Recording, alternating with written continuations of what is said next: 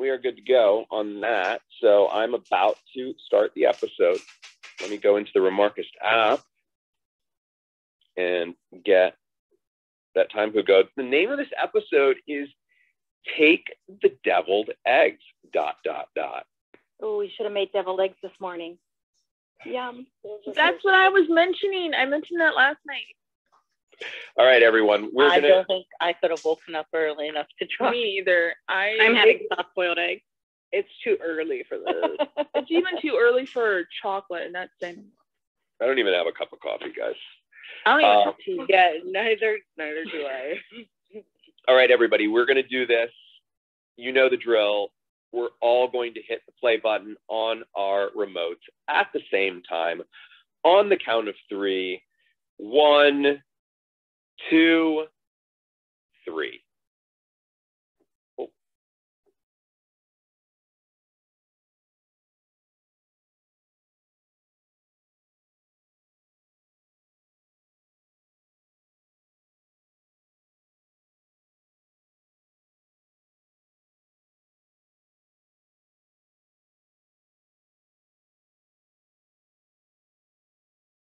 So I'm correct. This is a Saturday morning, and this is a Saturday morning.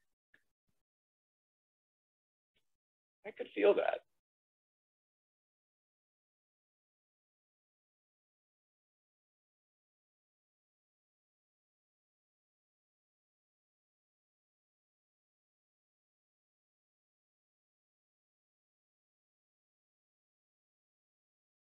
Laura like Gilmore.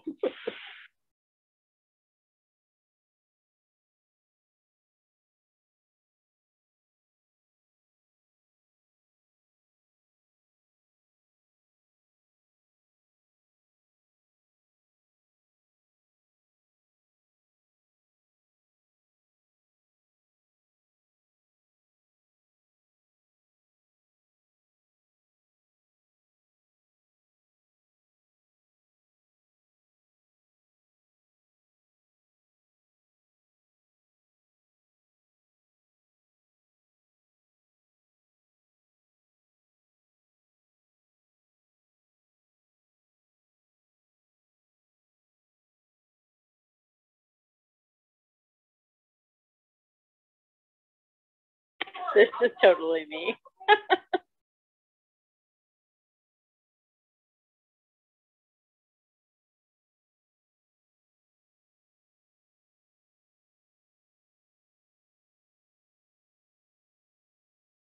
I've given out a fake name at Starbucks before. That was fun. If we're talking fake names.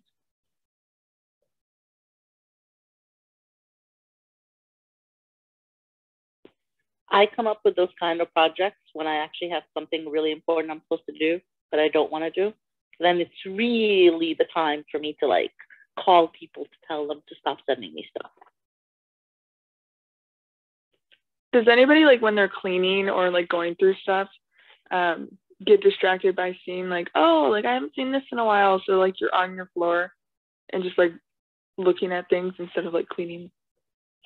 That used to be, I hate to call Sean Gunn out on this, but when we were roommates, that was like the classic Sean Gunn, because his room, when his room would get really messy, and when he would clean it, like he'd start, I'll tell you later. Oh, we have it on the record. He wouldn't hate me if I told that story. No, I just said that to be funny because I think that's funny. I don't think he would hate you.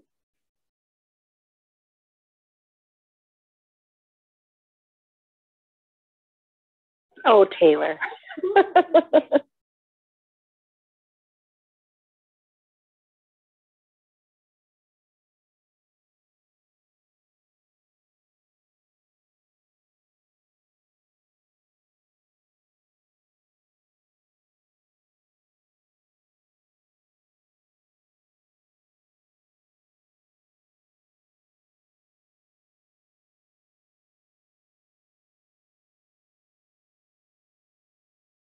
So what was this actor just recently? And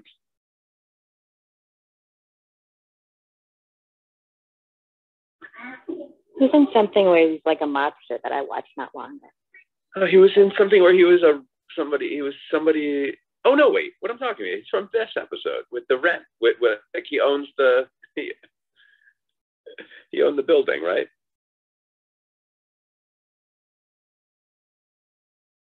We've seen that character before, right? I don't remember it. No, he's Patty's date. I don't think so.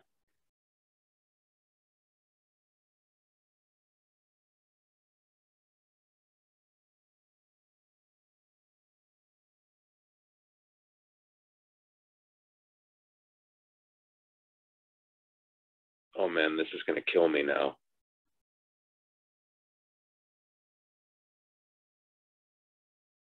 I think that guy was in Borat. I think you're right about that.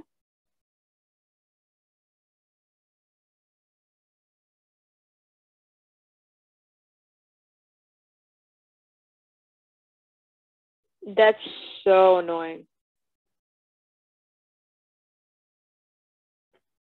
I love that he pronounced it protesting.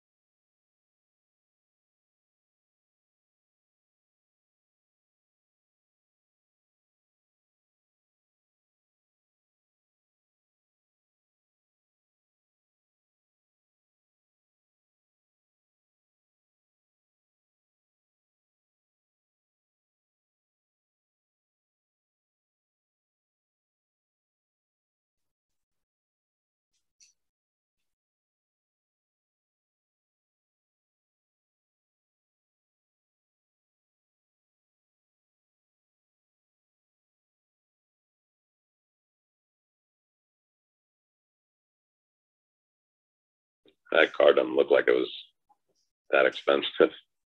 He says that he can barely afford a car, yet he can buy $100,000 building. That's why he can't afford a car. True. With a mortgage. That's a good point. Oh, that's right. Somebody on Instagram got it. He's from Cobra Kai. That actor was from Cobra Kai. I couldn't remember what it was. It was something with the rent and whatnot. He was from Cobra. He was the landlord in Cobra Kai.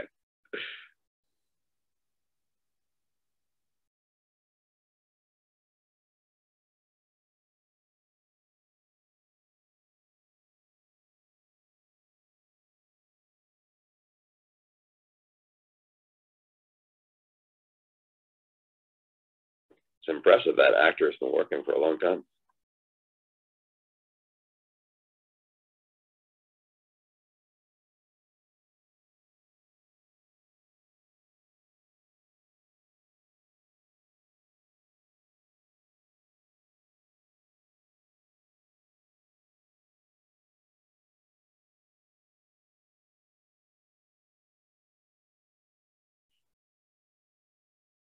And they have really, really James Dean'd this character. But that's what makes him so charming. To me, at least.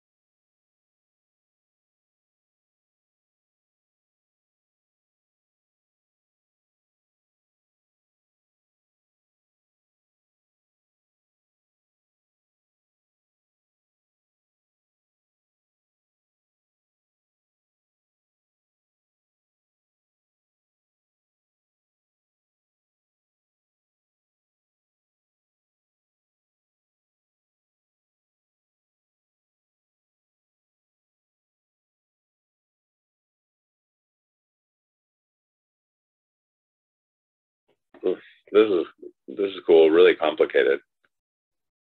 We'll probably talk about this after.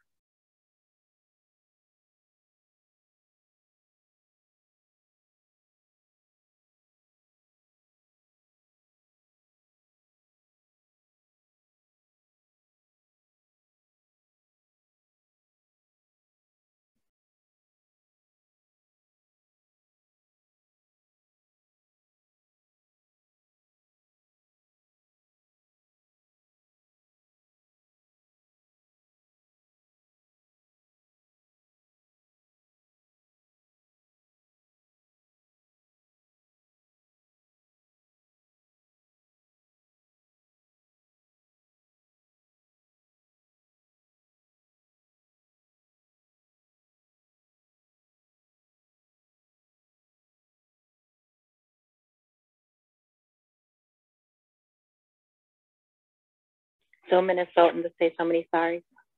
Wow, I really totally did not think that Rory was going to have a half sibling in this series.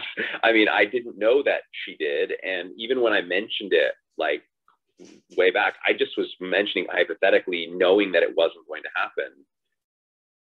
But I think it's going to happen. I think she's going to have a half sibling. It just hit you now. Yeah. Wow. I mean, yeah, because I kind of thought, well, anything can still happen, you know, after he finds out that she's pregnant. But like, no, it seems like she's going to have a half sibling. And that's wild that I didn't know. I guess that probably also means it's not a huge part of the show. Maybe. I don't know. Maybe it is. And that would be weird too.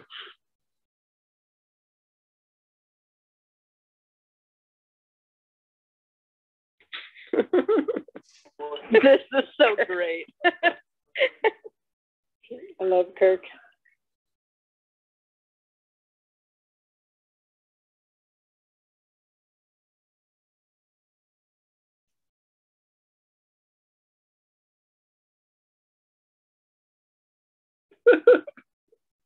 Kirk is the best. That was high-end Kirk. I wonder, like with scenes like this, when they're like super funny, but like low-key funny, how many takes it did? Maybe without laughing. Oh yeah.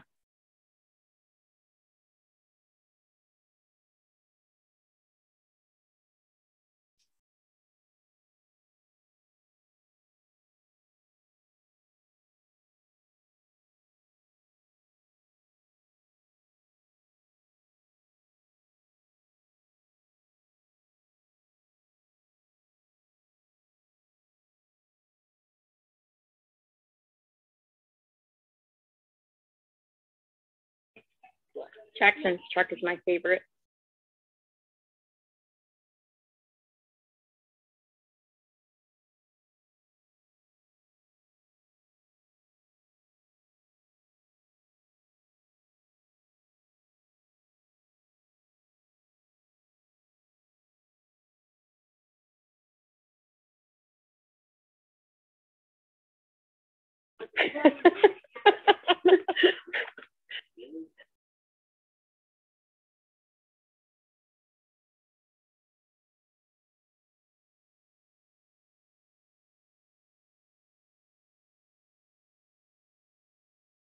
Jackson's truck is pretty cool. What is Gypsy's accent? I couldn't say. I think she's Spanish. Spanish? It sounds Spanish to me.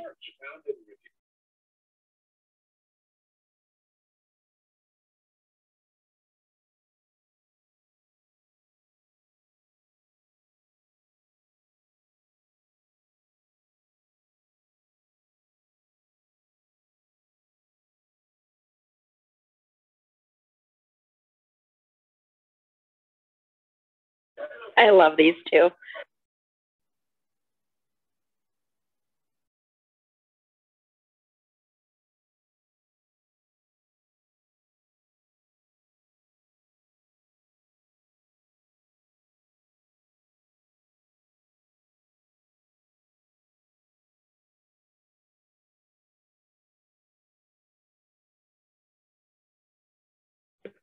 These guys are great.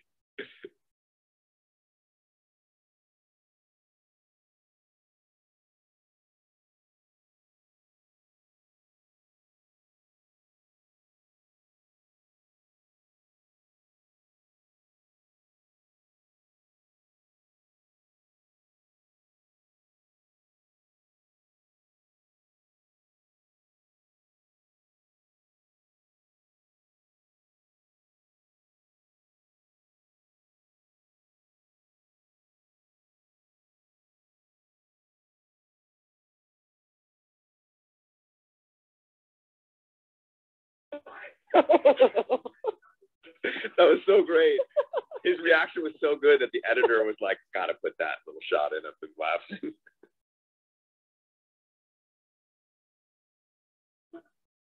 It's a great scene. It reminds me of the line God, where Lorelai, Awesome. Really the best. That scene was awesome. It's so good. Is that Is this Caesar? supposed to be another Caesar? Is that another Caesar? Probably. Yeah, I was checking the IMDb page for this particular episode, and he is credited as Caesar. So yeah. The Reverend and the Rabbi remind me of the line where Lorelai was like, it's like old Elvis and Abbott and Costello or something like that. Just like That they're chair back looks and like forth. it's made out of denim, and it's weird.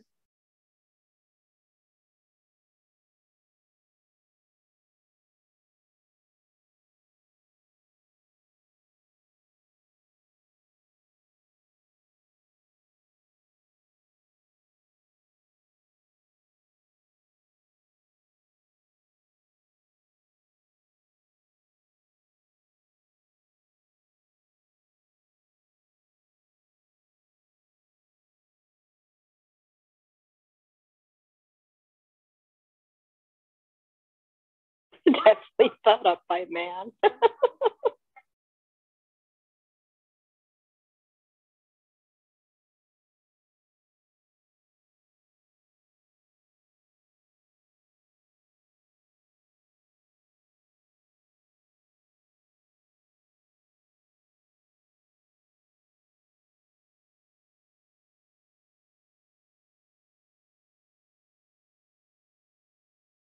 Everybody seems to really love this car.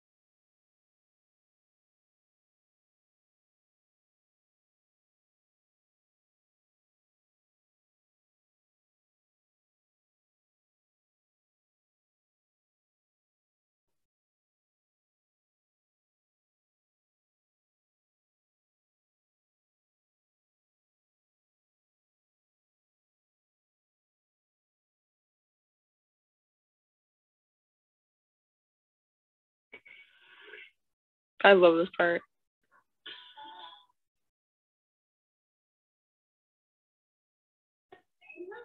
Okay, so what part of the lot is this at?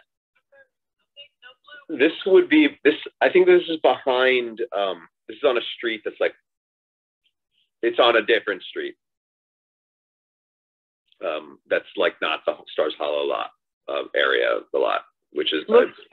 They have those city streets, right? Yeah, they have. It's like It a looks city. a lot There's like the New York scene. yeah, there's a really nice city street that's like about a block away.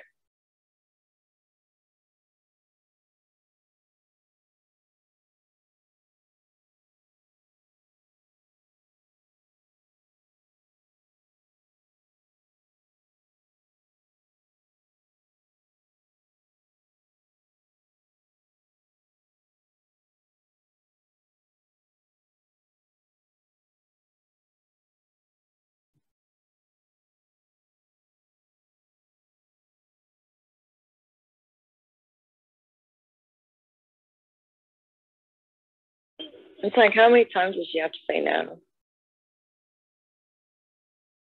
This is Sherry's way. Come on.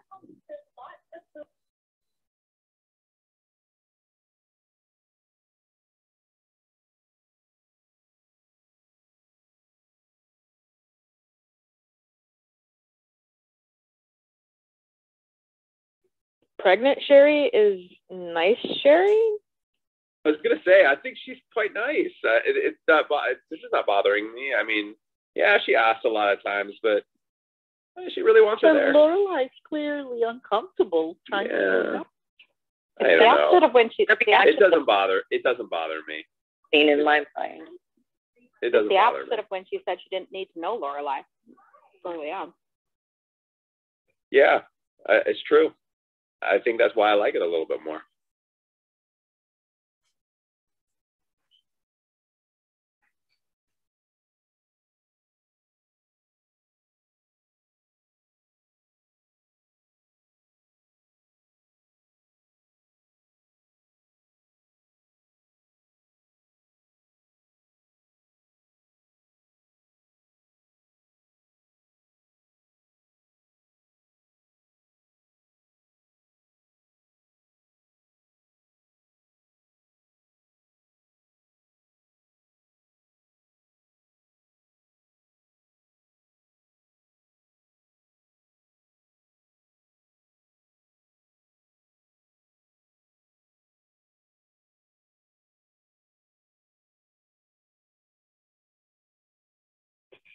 She listens to Wing Chun. Wing Chun. Wing Chun.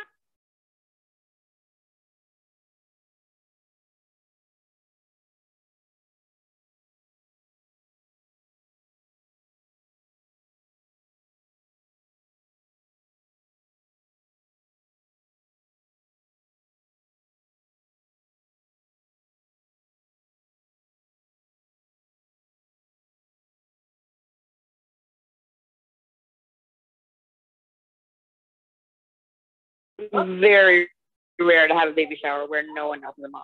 Right?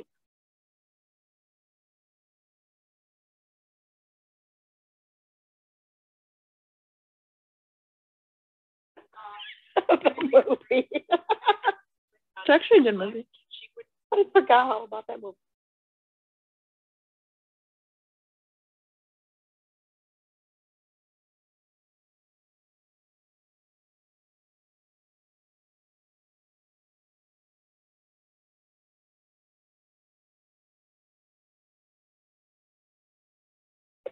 They're not supposed to say baby. What the heck? What game is this? They're feeding the baby, apparently. Do you guys have this that she was pregnant? I've never seen that game.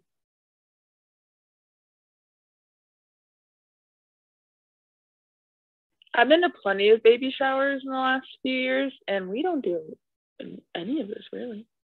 The baby pins on the shirt, though. That I do. Yeah, that was done twice. Oh, I've seen this game before. Ugh. The idea of it. I've nearly retched.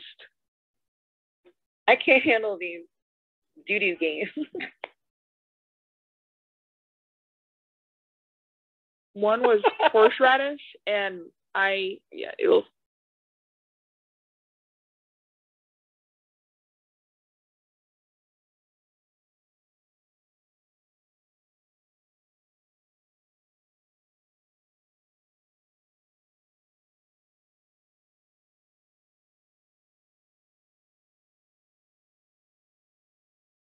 Oh, somebody wrote that to me on social media. That green's the new pink. That's where they were getting that from.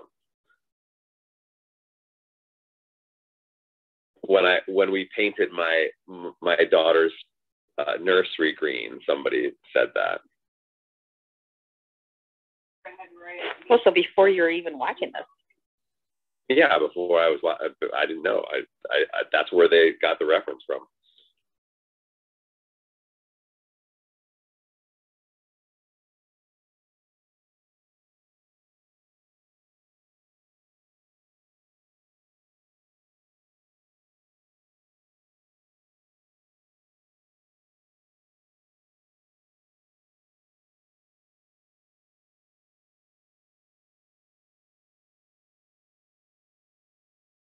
Ouch.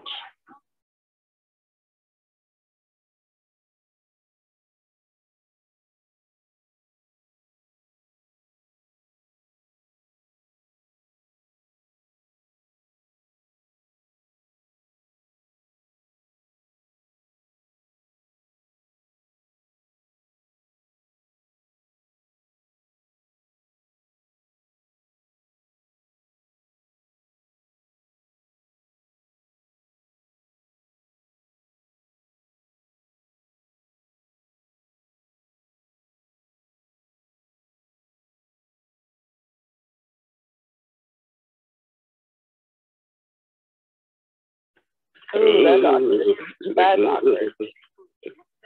In a weird way, Lorelai's kind of a stepmom because of Christopher and this whole complicated situation. Yes, it's a little insulting calling her the.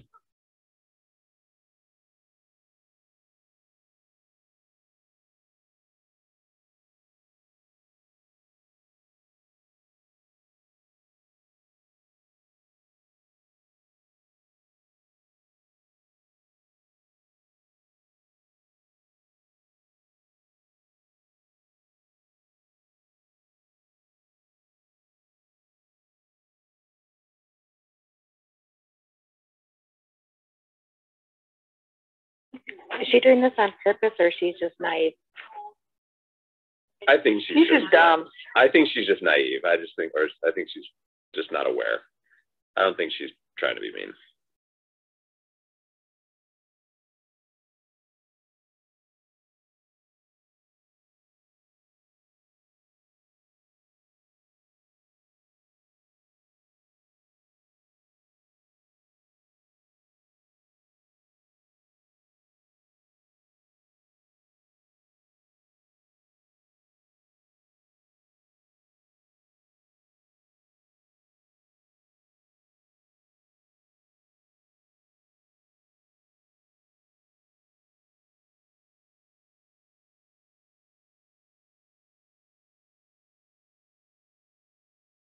Maybe on purpose? Wow, she is so naive. Yeah, but I don't think she knows like how far that weekend went. So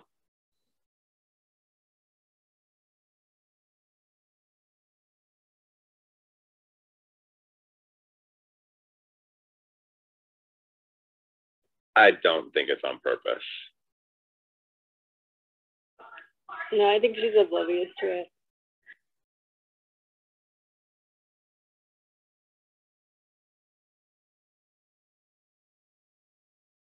I mean, super painful for Lorelai.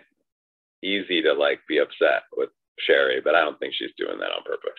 Yeah, it's just kind of sad to see all the stuff she wanted, Sherry's getting.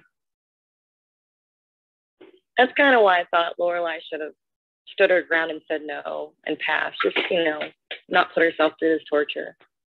But it explains why Sherry wanted her there so bad. She wanted to tell her thanks.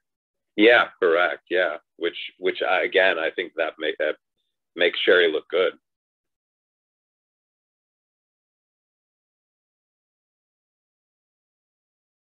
It also explains why the big change from like I don't need to know you to suddenly like I want to get to know you. Yeah.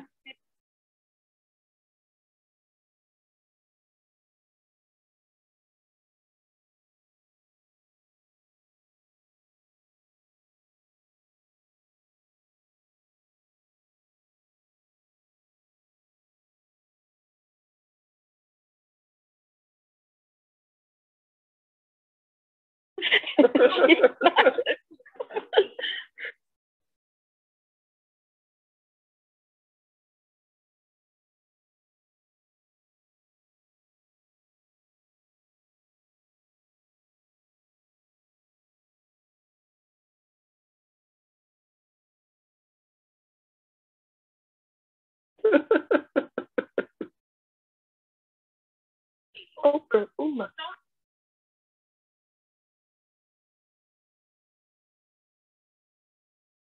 Oh gosh, poor Lorelai. I really feel for her here. Me too. Can't imagine having to sit through all that.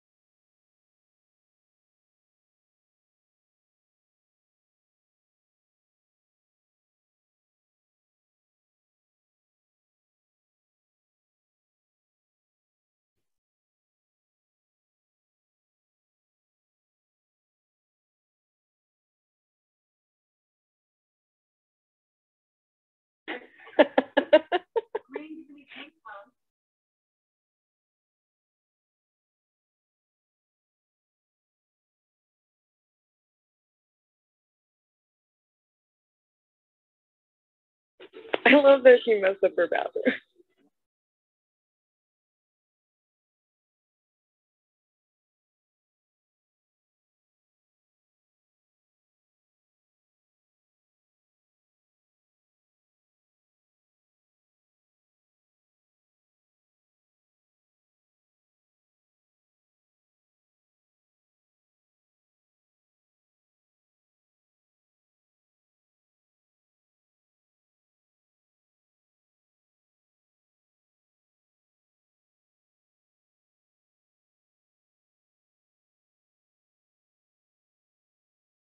How much does he think that car costs? That thing looks like it costs like $100. This is awesome. Oh my god, I love this part so much. Many, like, busted cars. Wait for it.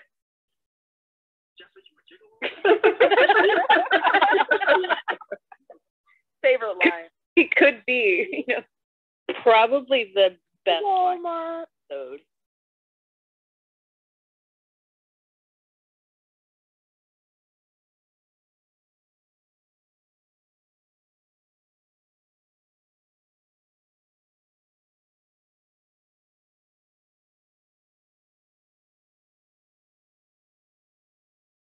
Is the fridge in a different place?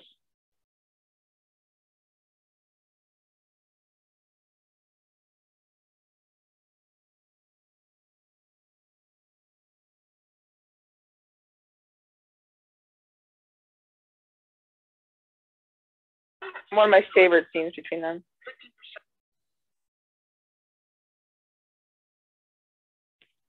I love how like close they're getting now.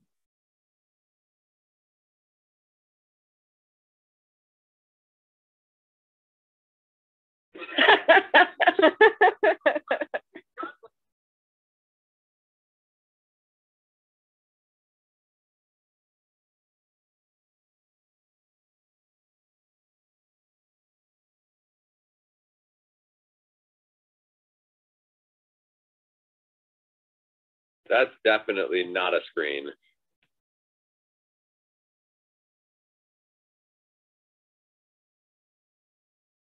Does that mean they're being dragged by a truck? Yeah, that means that they're on the car itself is sitting on a trailer bed, and then the trailer bed is being dragged by a car.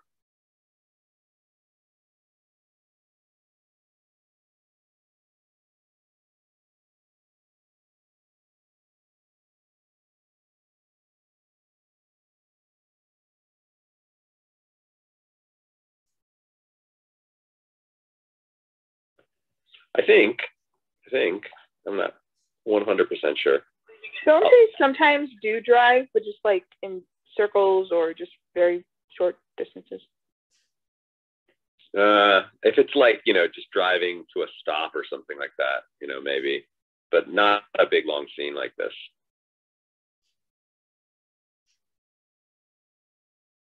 I'll definitely be able to tell you about when we're on the church tour. That I can tell you was definitely not on a green screen or on a screen.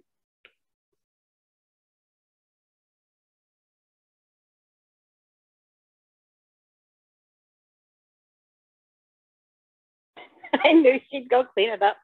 I forgot about that originally, and I was thinking that.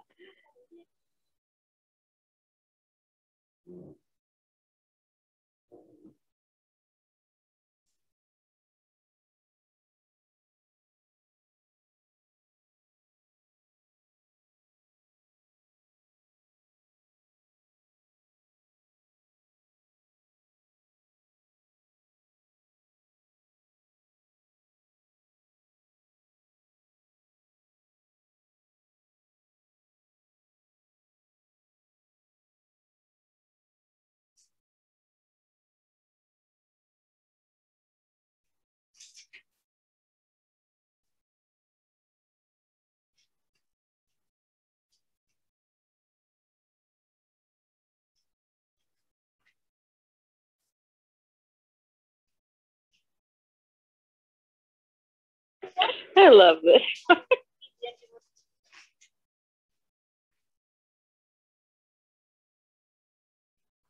The full 180 with Rory. It's the duality of Rory, man. Yeah, it's like goes from like completely like the sense The rebel child to just. Do you think there's a real deviled eggs? Yeah, those are real deviled eggs. They look. Yeah, but like you'll see it in another scene where it looks like there was more than what they threw.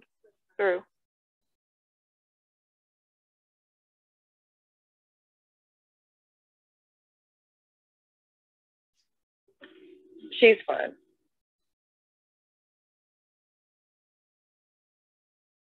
Which one, Lorelai or Rory?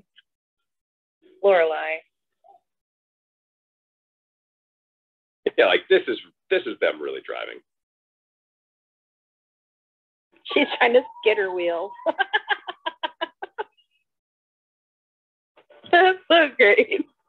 It just Well, just make the noise ourselves. This is hilarious because they did not have that many eggs. That's what I was saying. You know that car stinks.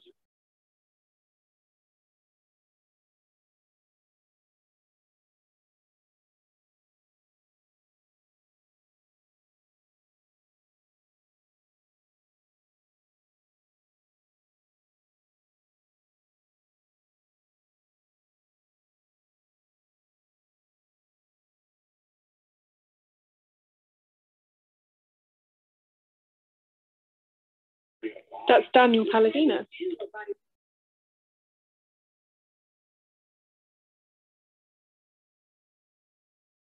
Oh, that's Dan Palladino? It is, yeah. Yeah. You Yeah. can tell by the hair. And also, I looked at the IMDb page for this episode earlier, and he's credited as the town owner. Or no, wait, he's not, but he's listed as a town owner. That's what I meant to say. We don't all stand around in a clump like this.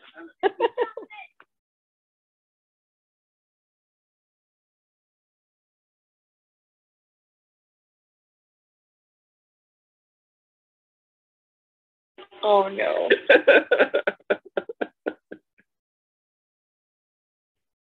And I want to know what that.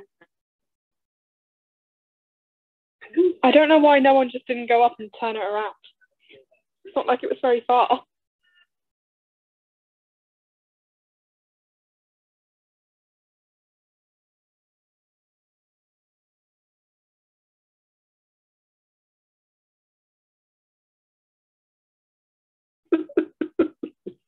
The subtitles are hilarious.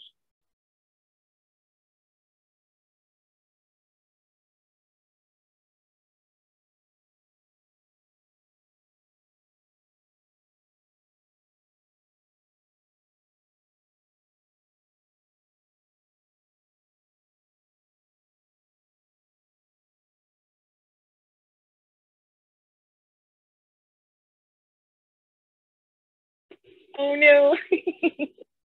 So funny.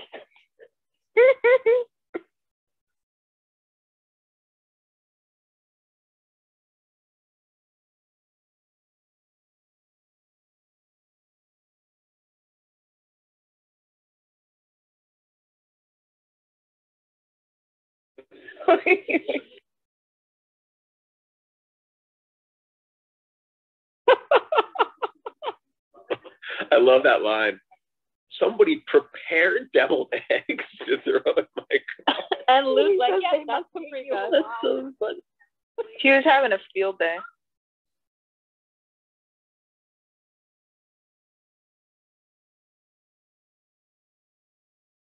Also, that's funny too. He doesn't litter. That's nice. Who wrote this episode? Oh, I don't know, but whoever did was having a field day writing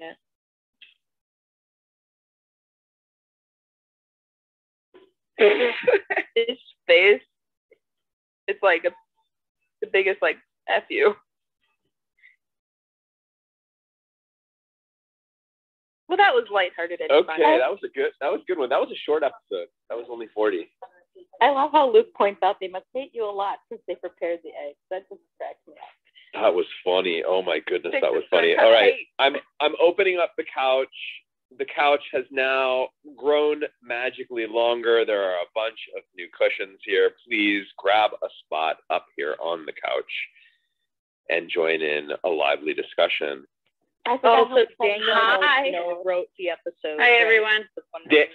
Dan wrote the episode. That feels like a Dan. Yeah, that feels like a Dan episode. And I was going to say, it really feels like a Dan episode. I feel totally feels like a Dan episode. It's him so good. He's a more like comedy, and Amy's like more like deep and meaningful. Yeah. Okay, John, I have to ask this because it literally drives me insane that I do not know what that sign said. Can you ask Sean if he knows? I'm sure. Or even Keiko. I'm sure the sign doesn't say anything.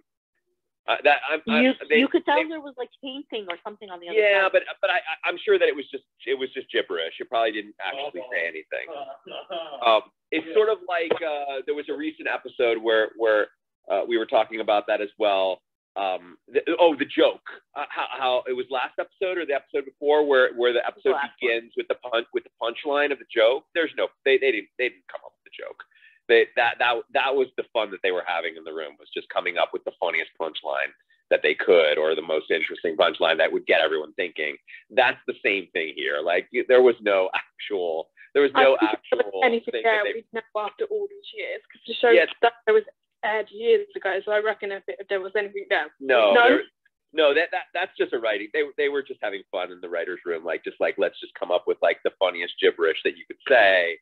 And then just keeping it from it. And I'm sure that there was something on the back to make it look like there was some writing there, but there's no way that there was some, I mean, unless they put something just for fun, just something funny in there, just to have something like a little inside joke for themselves. But I reckon what Dan was shouting, he just made up on the spot. Oh yeah, for sure. 100%. And it's fun that like, you know, it lives in the minds of the viewers that there actually is something there, that if you try hard enough, maybe you will be able to figure out what it was. But I mean, the truth is, the sad truth is, you could try forever, you'll never figure it out, because just it was designed that way.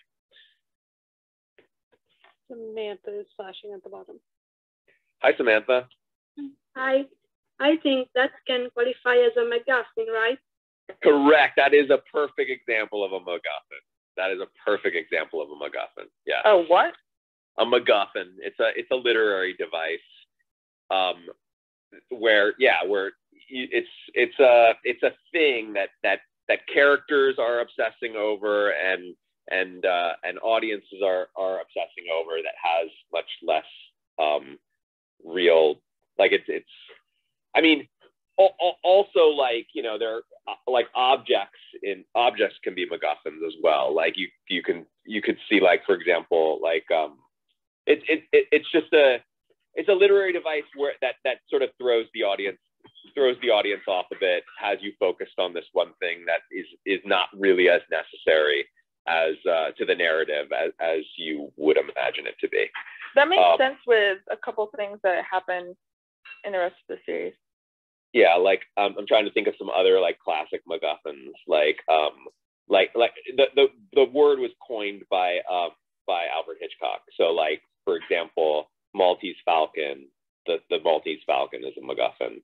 I think that the One Ring technically is a MacGuffin, or kind of is a MacGuffin, although it has like a lot of history behind it. But, you know, in the context of the story, it's just this like. It's just this thing that that kind of moves the narrative forward. Anyway, it's funny. that whole scene is funny. This episode was very. Which very one? good. There's a lot of scenes. Yeah, there was a lot of them. I love the rabbi and the reverend.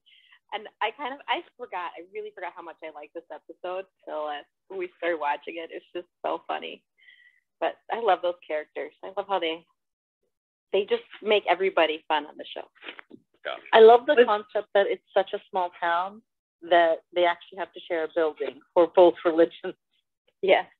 Was this the first appearance of the rabbi and Reverend Skinner? together? I think so. Yeah. Oh, that's so good. I mean, that's a spoiler that I'm glad to hear, because I was like, gosh, I hope these two characters come back, because they are a hoot, those two, man. Honestly, I don't know. And I love that we get to see more of Gypsy this episode. Oh, quick thing about Gypsy that I wanted to say while I was on the beanbags. I don't know if everyone knows, or John, if you know, but Rose Abdu had said on Gilmore Guys that she always portrayed Gypsy as gay and also in love with Lorelai. And so that to me added this whole dimension that I loved, where, you know, she's just really ragging on all of the men that come to her. Like, she just has no patience for them at all. And I think that's really funny. That is funny. I didn't know that. That's cool. That's really interesting. I'm so glad you reminded us of that, Sabrina. I love when she was like, guys are stupid. And I was like, amen, sister.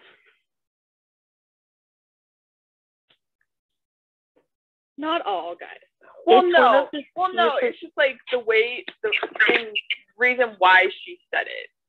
Because, like, she was being sarcastic with saying, like, he had a sack with a dollar bill on the side of it, and Luke totally took her seriously.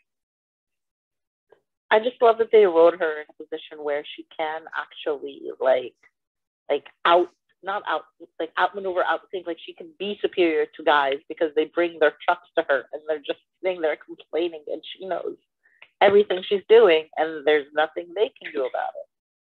Yeah, guys, for the time, you know, this was like the early 2000s. I just think that that's a character that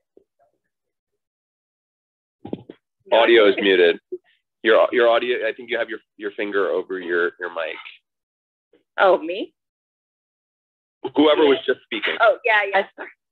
I was just saying. I think that because it was the early 2000s, you know, you really had not seen a lot of characters like that, like a woman mechanic, and also a woman mechanic who she's not. I don't think she was written as queer, but she was like portrayed as queer. Yeah. I enjoyed that. Yeah. A fun fact. Sorry, guys. A fun fact in the script, Amy wrote, "Speak Spanish in a way that even native Spanish speakers do not understand at all." And that is how Gypsy was supposed to speak. That was her accent. The accent. That makes so much sense. Thank you for sharing that. No problem. So wait. The script says to speak Spanish to in a way. Wait, but to speak Spanish, but she's speaking English. Her accent is supposed to be a Spanish accent that even Spanish speakers do not understand at all. Okay. Got it. I think that's for a later character. You know what? You might be right. That may be the one in. Yeah. Yep. Yeah. You're all right. I actually. Okay. Right. I was at the table read, so you're not spoiling me. I was in that episode. So. Okay. Good. Sorry about relating that, but I was like, I know. I was in that. Yep, I was in that. I heard episode, that somewhere. No, I was in that episode, and I actually remember. I remember reading that in the script. In the script. So. That's crazy. I'm not spoiled on that because she actually was speaking a language, right? Like she made up some made up language. Am I correct about that? Am I remembering that right? Yeah. And that language was like, it sounded like Spanish, but it totally wasn't. Oh man, Rose, she's very funny. I mean, everything she does, she's in another show that I really like called Parenthood, and she gives 110% to everything she does. Yeah. Hey guys, I gotta head out. Who's in Parenthood too? I didn't know that. Yeah, Bye, Bye, Lily. Bye, Lily. She plays. No, she comes in like season 4. She plays the person that Christina meets on the cancer ward. That's Rose. I've forgotten her name. Gwen. She plays Gwen in Parenthood. Okay. She's in it for like a season. I remember that. Yeah. So I didn't realize it was her when I first watched. She was wonderful. Because I watched that show for Lauren, and then I realised on my second rewatch that Rose was in there, and there's quite a few like odd appearances from Gilmore Girls characters in there. Can we chit chat about I want to talk about Sherry, because that got the most like kind of bubbling remarks during the actual episode. That was the most like sort of the urge for, I could feel the urge for discussion happening there. Yes. And I'm glad. I'm glad. I thought that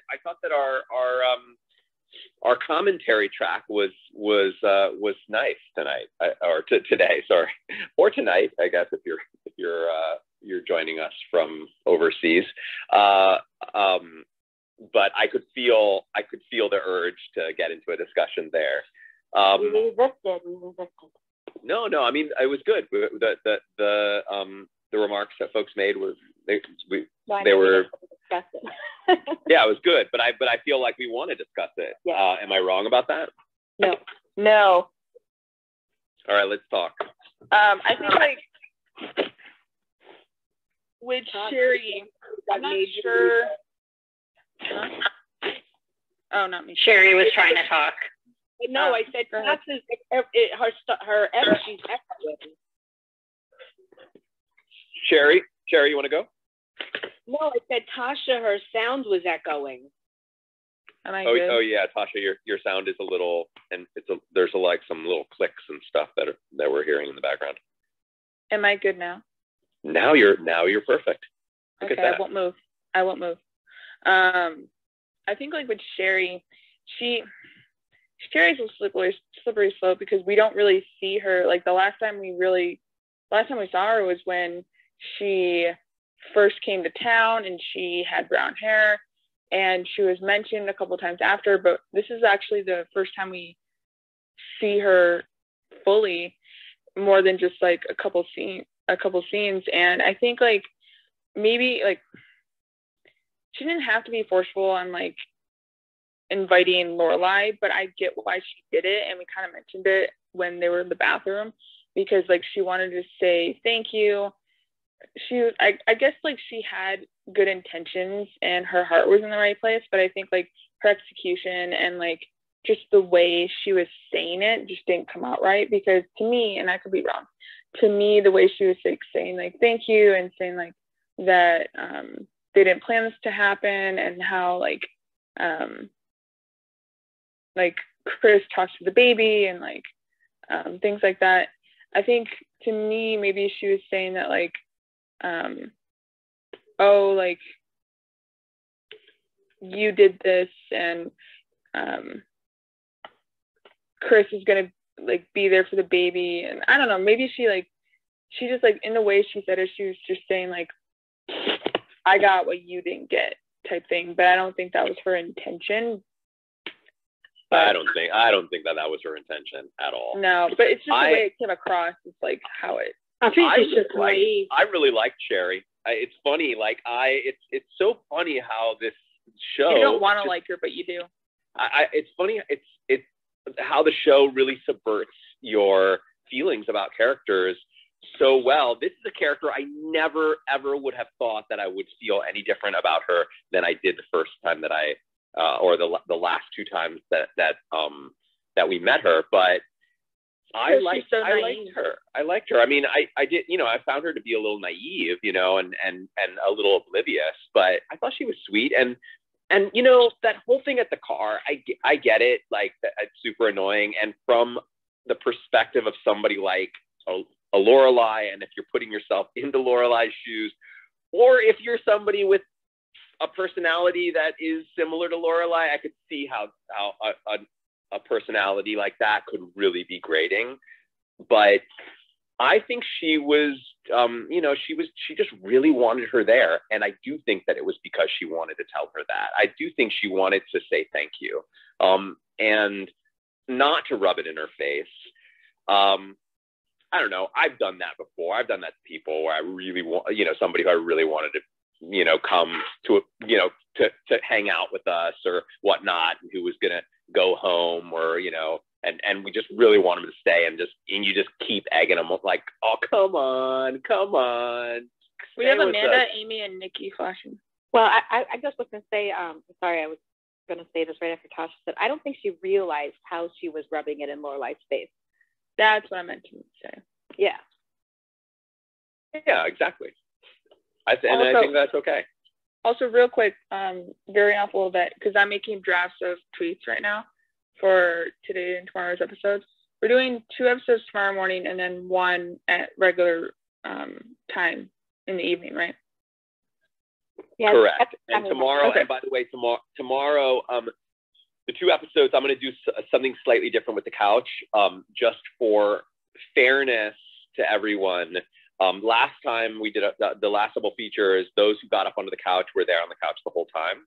And this time it's going to be folks get up onto the couch for the first episode. When that episode ends, when that episode ends, everyone's going to pop back down to the bean bags, and I'm going to open it up again and give everyone, including the folks who were there the first time, another chance to get up there, just because I sort of feel like that, you know, especially now there's so many folks vying for the couch that, like, especially with, you know, for double episodes, I think that folks should. That's a great idea, John. Especially thank you. That's very nice of you. Yeah. Yeah. It's fair.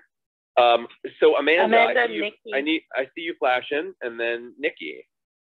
Yeah, I was just gonna say, like, with the whole Sherry thing, I'm really curious to know what Christopher told Sherry to give her the impression that Lorelai had anything to do with his change in attitude when he returned. I don't know if he needed to tell her anything. I think that that Sherry just assumed it. That's how I took it. I think it's from the fact that he was with them that weekend when he found out the news, and then came back and acted totally different. I agree with John. I think that Sherry just put 2 and 2 together, that, you know, he must have talked to Lorelai about it. Lorelai must have told him, you know, she's your family, go back. Yeah, like I could imagine her thinking, like, imagining an actual scene where Lorelai's like, you need to do this. Like, you wanted to be a father. You didn't get that chance with Rory to raise Rory. You need to do this. Like, I could imagine Sherry just really thinking that actually happened. Does Sherry know that they slept together? I'm assuming not. No. Like, how did Chris lie about that? You can't really lie. Well, who knows? That's a hard thing to lie about. I think Chris is pretty comfortable lying about just about anything. Very true. To make things awkward go away. So we've got Nikki, who I saw flashing, and Amy, who I see flashing. Nikki, do you want to go first? Sure. Yeah, I think that we can relate the way that Sherry acted in this episode back to the episode where Chris and Sherry go and see Rory at her school debate. So if you recall, I believe it was Rachel during that post discussion that said that, you know, because Sherry was very intense in that episode, right? Talking about how she wanted to have this relationship with Rory, and she was talking to Lorelai saying, you know, we don't have to have a relationship, but, you know, Rory is a part of Christopher's life and this is important. And so Rachel made the point that she's just a very driven, goal-oriented person, right? And so having that relationship with Rory, it was like a tick in the box that she needed. And I think the behavior that we're seeing in this episode just expands on that. So I think she's probably had a rethink and has realized that, you know, she can't compartmentalize things like that, that if she is going to have a relationship with Rory, that does mean that Lorelai is in the picture.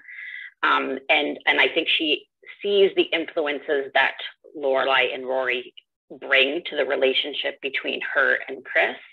And so, you know, when we see her begging Lorelai at the car to come into the shower, it's because she's decided in her brain, like, this is one of the steps that I need to take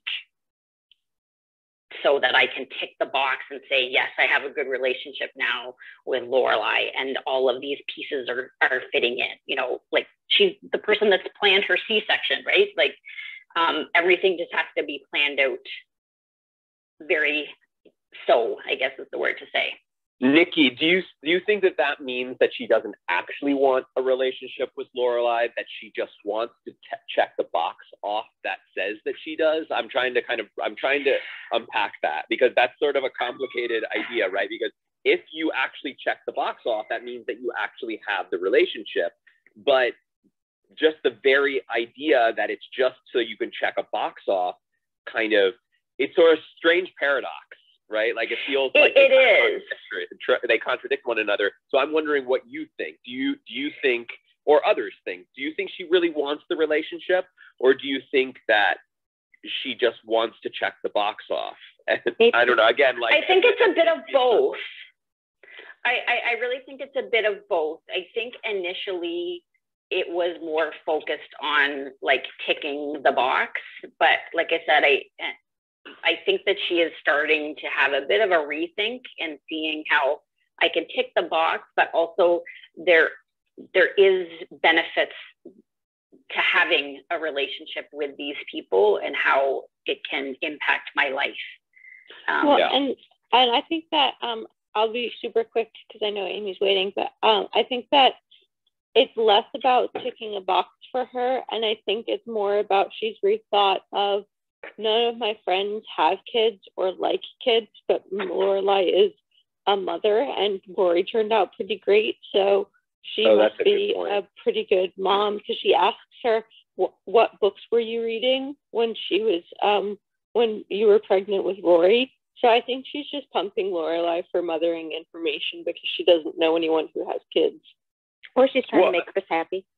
I mean, I definitely think, I definitely think,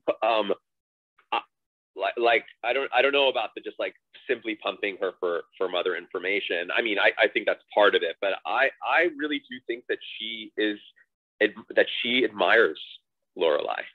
Like I just got that impression that she really admires her, and I also got the impression like it's reframed a bit. I almost want to go back and watch the first episode with Sherry, because it sort of reframes for me how I feel about her, and maybe how I would feel about those initial weird interactions in the kitchen where she's like, we don't need to be friends and we don't need to do these things. Like I'm now starting to think if maybe I would go back and feel like those kind of had some good intentions behind them as well. I don't know. Amy. Sorry, after Amy, there is Ernan, T, and Kara who are flashing. Ernan. So I was going to... After Amy. I was just saying, nice to see you again, Ernan. Oh, thanks. I was going to say, the way I've always viewed it is when we first get to see Sherry, we know that she's very keen on being in Rory's life and wanting to get to know Rory. And I think a lot of the reason why she probably invited Lorelai in as well, because she said it would make Rory more comfortable to have someone in there with her. And I think a lot of it was good intentions on that behalf, because she knew that obviously Rory and Lorelai are very, very close, and she thought it would make her more comfortable to have her mum there. And then that gave her the opportunity. But I think a lot of it, the way I've always viewed, was for Rory's sake, just so Rory wasn't so like isolated in that situation. That's exactly what I was going to say, Amy. Yeah, I just think it's always been that way, because we know from the second we meet Sherry that she's keen to get Rory to like her and get to know Rory, and it's all about Rory when we first meet her. And I think that's just a carrying on what we initially see with her, but in a nicer way. And she knows that by inviting in Lorelai, it will make Rory more comfortable.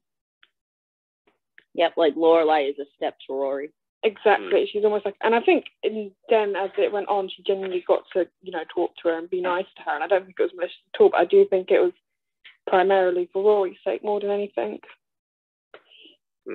I don't know. I have to think on that a little bit more. I'm not completely convinced, but there's so many layers to it. There are so many layers. I mean, I don't know. I really got the impression that she really likes Lorelai, which I think that it makes the next scene with Lorelai wanting to just like do all these horrible things to her house and all of that stuff. It just like I think it just makes that much more interesting and well, it's human and what's up? Sorry, and Lorelai is very likable. So Lorelai is, of course, very likable. Very likable. So that could definitely be a part of it as well. Her character is just very likable too. Yeah. Like I said, very likable. So much so that like it really does have me thinking like I may want to I may want to just like rewind to that part of that first episode, that first intro of her, just so that I can watch that again with this new lens that I feel like I'm seeing the Sherry character through.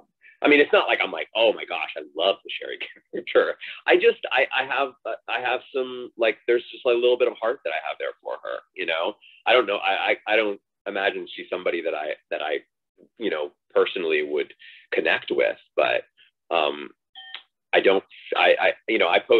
was one of the folks in the Facebook group that posted one of the photos that we were posting about our feelings about Sherry, and I did the nails on the chalkboard.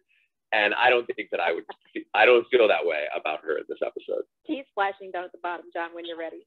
T.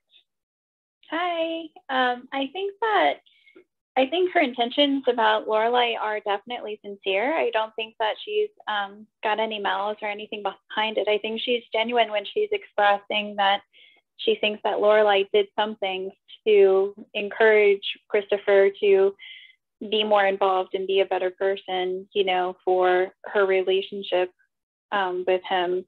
Because at one point she wasn't sure if she was even going to tell him about the baby or anything like that. And I think that sometimes when people have that different, you know, viewpoint, like we saw in the previous episode with Sherry in it, where she's saying like, oh, well, you don't have to be involved or anything like that. I can just have a relationship with Lori. Like it's on two different levels. For one, you grow a different perspective when you become a parent and then you are parenting versus like not having that experience or friends with that experience. But then also too, she thinks that Lorelai did something that was helpful and encouraging for her life. So I think that she sees it as a positive influence.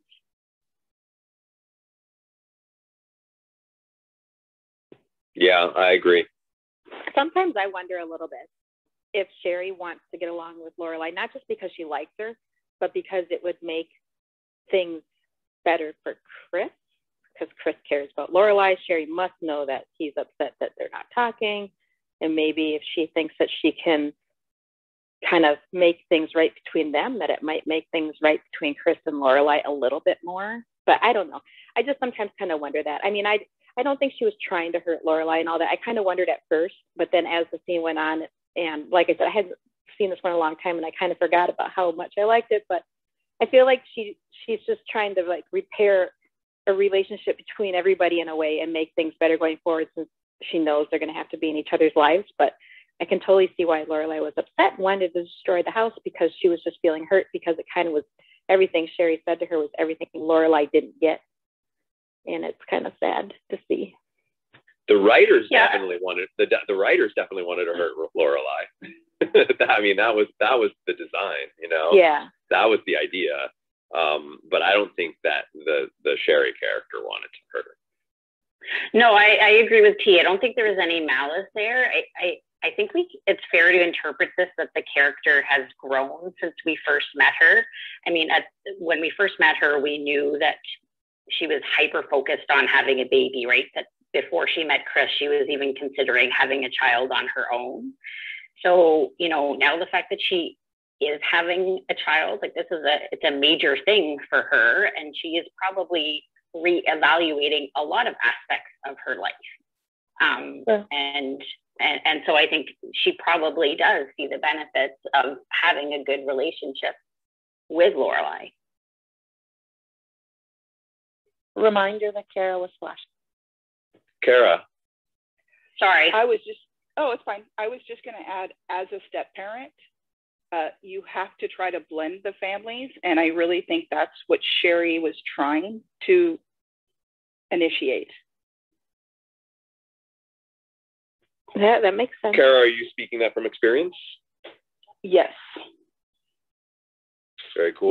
My first son I got him when he was 4, and then we didn't have our other kids for 12 years.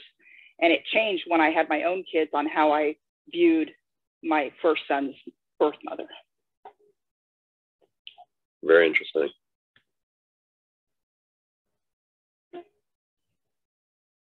This is good. Should we move over to Jess? Can I make a really quick point about Sherry first? Yes, please. When we first met her, she was very, you know, like I was ready to have a baby on my own. But in this episode, she was surprised herself that she was about to have a baby. Yeah, that's what I've always thought as well. I think she had like an idea of what life should be like by a certain age in the first episode. And now even her friends. Her friends are like, oh, we never thought you'd have a baby. I'm like, that contradicts everything we know about her. Yeah. Yeah, that might be a little writing quirk. Or it might be that it wasn't planned. Yes, she wanted to have a baby, but she has. Oh yeah, that's true. That's a good interpretation. Mary, you cut out in the middle of that. Like, sorry. or something. Mary, you cut out in the middle of what you were saying, though. Oh, I was just saying maybe it wasn't planned. Maybe she did want to have a baby, but she likes to have plans for everything. And being with Christopher, she hasn't had the chance yet to figure out where the baby comes into the. So she's confused because it wasn't at the timing she was expecting it to be. Right. Okay. Yeah. So that she wasn't saying like I never expected to have a baby. What she was saying is I didn't expect all this. I usually have everything planned out. My idea of where babies fit in was going to be a part of my master plan, and this all just happened. That's uncharacteristic of me. Yeah. That's sort of. Yeah. Or maybe we're just giving the writers more credit. They're maybe too. Maybe. Right. Or it was a writing quirk. Although I want to think that it was planned because I think these writers, especially Dan, who wrote this episode, I have I hold them in very high regard. Let's move over to Jess while we still have some time. Oh yes, please. Oh my God, the Luke and Jess scenes. I loved it. I love Luke and Jess together. They're so funny. God. I think like the scene where Jess kind of not rips him, but like says to Luke, like, why are you going through my stuff type thing. I think like that whole scene was like so typical because like you see that in like real life too. And I think like Gilmore Girls is very good at like bringing some like glamorizing certain things for television purposes, but also like making it as realistic as possible, because people can't have these kinds of relationships. These things like do happen where like the nephew lives with the uncle and things like that, and it's really great to see them like where they are now versus like where they started. And I think like going back to the episode where everyone was coming down on Luke for Jess and like how much of a miscreant he was being and things like that, I think now it's like a good like kind of night and day 180 thing where it's like they have established a relationship, and so far so good with Jess on like not destroying the town basically. Well, I think that what's really interesting about, because we've been talking about how the Jess character has been, you know, and well, how just the writing for that character has been shifting. And it's interesting because our introduction to Jess was a guy who was pranking the town, you know, who was stealing gnomes and doing, you know, sidewalk chalk, you know, crime scenes. And then this episode, the tables are turned on him, you know. He's got, his car was egged, you know, everyone like, you know, he feels like he's, you know, we've got Luke like making fun of him for working at Walmart. And so it's so clear that like, that the character has been deliberately been given all of these obstacles that mirror what I think was unsavory about him in the first, you know, in season 2, and that helps us to start to like him a lot. But it more. also It's like a weird thing of hazing. It also comes back to that scene where when Jess tells Luke he wanted to come back, and Luke said things are going to be different. This episode shows how some of the things have become different. Totally. He's working, he's taking another job, you know, I mean, like, it's just, I think it's really cool. It's really interesting. It's like a weird form of hazing that the town is doing. It's like, okay, like and even though we know who ate his car, it's like a weird form of hazing. It's like, okay, like you want to actually be in this town, you're gonna like do your part, but then we're also gonna take the mick out of you and kind of give back what you dished to us. I think that was just Rory getting back at him for having a car, and she doesn't anymore. But I do like how Lane channeled a little bit of Miss Kim there. Don't give me any lip kind of stuff and things like that. Oh yeah, I love that. I mean, really, I think it's interesting that we didn't see Dean at all this episode as well. Yes, that was an episode that Jared was not contracted. And I don't even think he was even mentioned. Nope. Not at all. It's like he just doesn't exist. Well, Dean was mentioned. Maybe Dan's not a Dean fan. Jess mentioned him, I'm pretty sure. Yeah. He was like, Dean's already built you another car. I mean, you know, that. Yes, you're right. The whole egging of the car. I mean, Dean or Jess definitely interprets it as like somebody in the town or the town itself. Like he sort of, you can feel that Jess feels the town is totally against him. I don't think he ever thinks that it was Rory though. Like, no, I don't think he puts her on like this pedestal and he really admires her, and I don't think for a second he stops to think that it is her until maybe at the end when they joke around and go, "We were home all night, we have alibis." Like the fact they made a point out of it. But I think before he's probably like, "Oh, this is probably like Dean or someone who really hates me, or Lane who's come and egged my car." I don't think he ever thinks for a second that it was the girls. Prepared egg. I love that. They prepared eggs. That was such a funny line. You also know the girls don't really hate you. But it's also because from his perspective, I really think from his perspective, it's just like like in his mind, like it could be really like the whole town came together, like everybody in the town with deviled eggs, and they all just like beamed his car, just because they're like, we're fed up with you. And it's such a town thing. It's such a Stars Hollow thing to be like, let's all devil the eggs first and then go over and egg it. It writes them out, doesn't it? Their alibi to be that we don't cook, so it's like the last person you'd expect because the eggs were prepared. Yeah, Hillary, I see you flashing down there. I think it's so funny that I feel like the best line in that whole exchange is when Jess says incredulously, "Someone devil egged my car," and Luke leans in to inspect it and he says, "That is paprika." That's my favorite show. Kills me every time. And having eggs. Okay, so my car has been egged, and I feel like it would have been easier to clean off deviled eggs because cleaning off raw eggs was very hard. Yeah, especially if it dries. I mean, like raw eggs are way worse. But ruins your paint. Yeah. Yeah. I mean, that car's ruined anyways. There was incident. We think it was kids in our neighborhood. They unloaded probably a good carton and a half of eggs on my car. It was literally everywhere. No, it was just kids being stupid, and they just happened to pick my car. They also like ding dong get our door, like, and then run away across our yard when we answered. Like, it was weird. They were weird kids. It's almost like it was like a polite, like, we're gonna egg your car, but we're gonna be polite. We're gonna cook them first. I know, it's just like, it's such a Stars Hollow thing to do, that only in Stars Hollow would the pranksters not just cook their eggs, devil the eggs before they do it.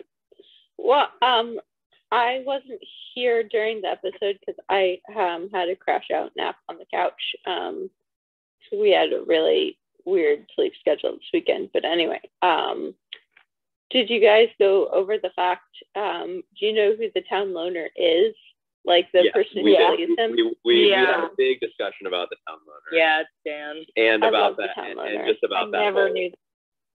And the fact that, and we talked about the fact that what he's actually saying. Yeah, what he's saying, which is, and what the actual writing on the poster was, which I don't believe was anything. If there was actually like anything written on there, it was just some inside joke between the writers. Like they didn't come up with an actual thing that was being protested. That ultimately, we were discussing that this is what's called a MacGuffin, which is just, you know, sort of designed to distract you. And it just in general, this episode was one of the funniest that we've had so far. For me, it was just a real treat. Hey, John, I just want to say, you early on in the episode when Lorelai was talking to Rory about the invitation, you made a comment about how much you didn't expect the way she reacted. Was that what you meant? Like how she supported Rory in going? Yes. So no, I didn't. It's not that I didn't expect her to support. I didn't. I just said I thought that it was a really interesting moment. I thought there was a lot of just like complex emotions going on there, you know, where it's like Lorelai is like legit. I think Lorelai is hurt that she didn't tell her, but I also think Lorelai's not being completely honest. I think there's also a part of Lorelai that just like wishes that Rory wasn't, even though she wasn't talking to Christopher, even though she says that she is happy that she's doing that, because of course she understands that is the right thing for Rory to be doing, but how could she not want her daughter to sort of stay in her camp with her? And then of course Rory, like I just also, I mean, you know how I feel about that whole scene between them at Emily and Richard's, where Rory said, "I don't want you in my life," essentially. Like I don't know if I'm paraphrasing that really shook me the other night. So like go be somebody else's. What's up? Go be somebody else's dad. Go be somebody else's dad. Like that was just, there was just the whole like her like them freezing him out has just been something that I haven't been really crazy about, as you know. And I was very happy to see that Rory has called him, although not surprising. Rory is awesome. I just was asked on Twitter, somebody asked me who my favorite character was, and so I was able to sort of like sit and think. And so now my answer was, it was 3 parts. It was favorite townie is now a toss-up between Babette and Taylor. I don't know if you know, when I was like really big into Babette, like that was before Taylor really came into the show. And I have to say, they haven't used Babette enough for me. You know, like I love that character. And, you know, in Cinnamon's wake, I sort of would have expected that Babette would just sort of become as big of a character as Taylor. But they haven't really used her all that much. And I really wish that they would, because I just absolutely love her. But they have been using Taylor a heck of a lot. And man, that guy is gold. So it's kind of a toss-up between those for now. Favorite Gilmore is now Rory, even though I know That's you all shocking. know. Yeah, you all know that I was very big Emily for a while. I still love Emily, but Rory has recently overtaken Emily for me. And I am still, as you all know, Team Dean. Sorry. Oh, we're going to love that. John, do you think the reason that Babette isn't being used as much, could it just have been something as simple as like scheduling conflicts, like she was working on other things, or? I don't know what Sally was working on. Was Sally working on a lot of stuff during I don't know, but I have no idea. I was just asking. I don't really know. I mean, she's so popular compared to Michael Winter. She was probably doing other stuff at the time. Maybe she was. I don't know. Maybe she was. Maybe her maybe it's just simply, you know, she's just not like I don't know of a lot of things that Sally is working on other than, especially back then during that. But maybe I'm wrong. I have to take a look at her IMDb. If anything, I would assume that like maybe she's just, you know, that maybe she was semi-retired and she was just like, yeah, I'll do these, but like, you know, I can't be on like a show in like a big way. Or maybe it's just as simple as they just got really inspired by the Taylor character and they just couldn't really figure out how to weave the Babette character in, because the Taylor character is really easy to use because he's this like kind of leader character of the town. So it's very easy to weave him into any storyline that revolves around the town. Whereas Babette is just sort of this quirky neighbor. So just maybe might have been just like a little bit of a difficult thing because she's always at every town meeting. So yeah, the great thing about Babette is that she has, like, whenever she is on screen, she has like amazing like one-liners. Like when she gave Patty the camera, she's like, the digital, I want a full visual account. Yeah, I mean, she's gold. So anyway, that's where I'm at. I've made everybody a moderator. I actually have to jump because we have guests coming over today. So I can't. Really quick. Yeah. Hey, I did find the interview because I know I had read it somewhere where Gypsy talked about her accent. So she just came up with it. She literally just created it in her audition. She made it to an accent where it could come from sort of everywhere but nowhere at the same time. And Amy said the only direction she gave her was do the same thing but just go a lot faster.